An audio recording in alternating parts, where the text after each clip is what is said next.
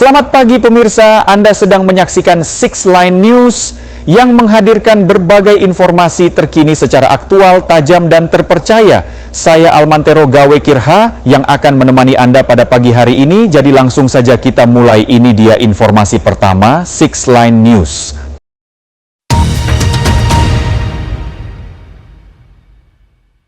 Tak hanya belajar di ruang kelas, para mahasiswa Institut Media Digital MTek kini merasakan langsung tantangan dunia kerja. Mereka mengambil alih peran penting di balik layar dengan memproduksi siaran langsung acara kejuaraan daerah basket secara penuh. Penasaran bagaimana pengalaman mereka saat bertugas? Mari kita simak informasi berikut ini. Inilah salah satu kegiatan mahasiswa Institut Media Digital MTek, yaitu menjadi kru produksi acara kejuaraan daerah bola basket. Mereka bertanggung jawab atas berbagai aspek teknis siaran, mulai dari pengoperasian kamera hingga program direktor dan switcherman. Awalnya gue itu masuk di Kejurkot itu kameramen. Pas ke Jurda ini gue belajar dua hal, OBS sama PD. Gangguan teknis maupun non-teknis menjadi ujian tersendiri bagi para mahasiswa. Biasanya ada beberapa kamera atau ini kan kita dua kamera ini pakai konverter ya. Nah itu kadang-kadang konverternya settingannya beda gitu, atau kameranya atau tripodnya gitu. Biasanya tripodnya turun-turun atau salah tripod, salah posisi. Biasanya sih gitu doang sih. Seluruh pertandingan disiarkan langsung melalui kanal YouTube 5x11 Network. Pengalaman ini juga menjadi bekal penting untuk para mahasiswa menuju industri media digital. Saya Wildan Al-Fatah melaporkan kembali ke studio.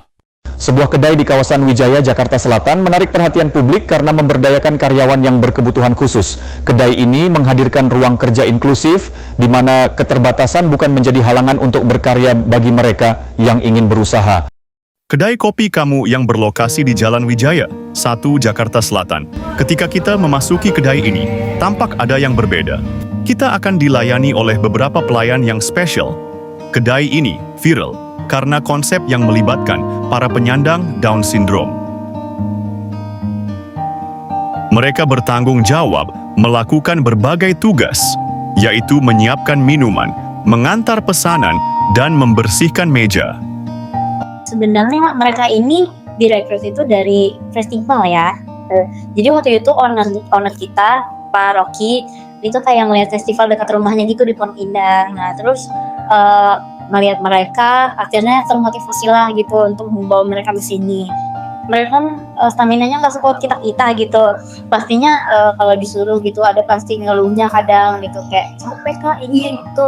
Ya kitanya sabar aja lah gitu. Karena overall mereka semua semangat sih kak kalau misalnya kerja. Bener, baru jejak segi kopi, dah kopi aren,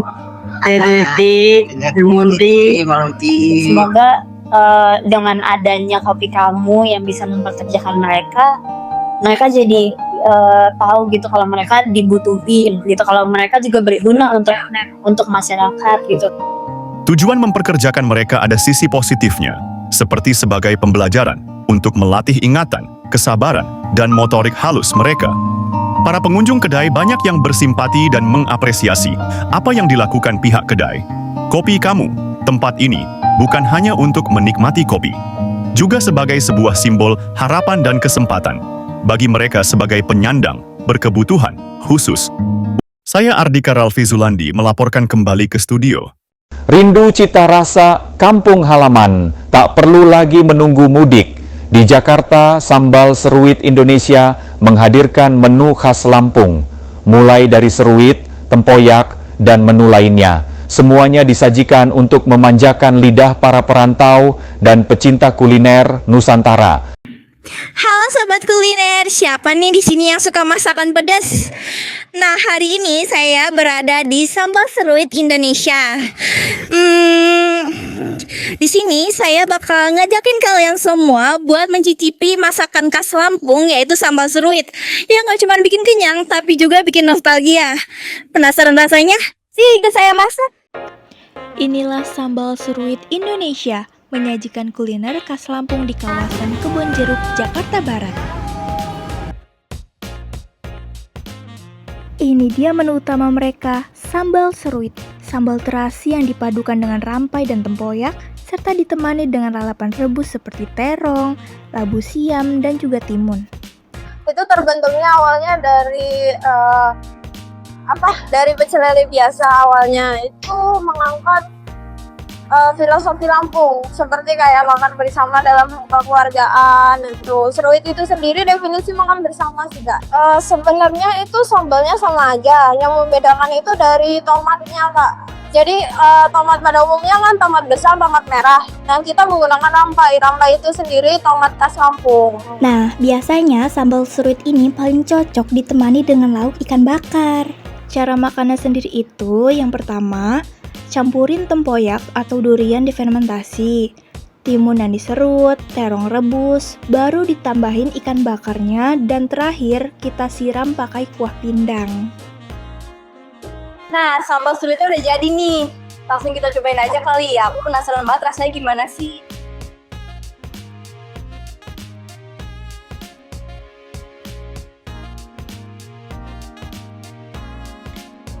Rasanya tuh pedas, gurih, manis, kaya banget nih rasanya.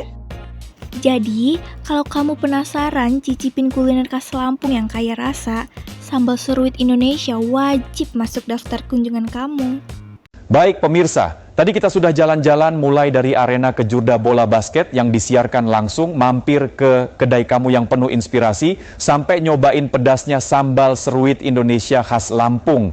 Gimana? Lengkap banget kan? Itulah 3 berita pilihan hari ini, dikemas dengan padat, informatif, dan seru pastinya. Terima kasih sudah menyaksikan Six Line News pagi ini. Saya Almantero Gawe Kirha, sampai jumpa di Six Line News berikutnya.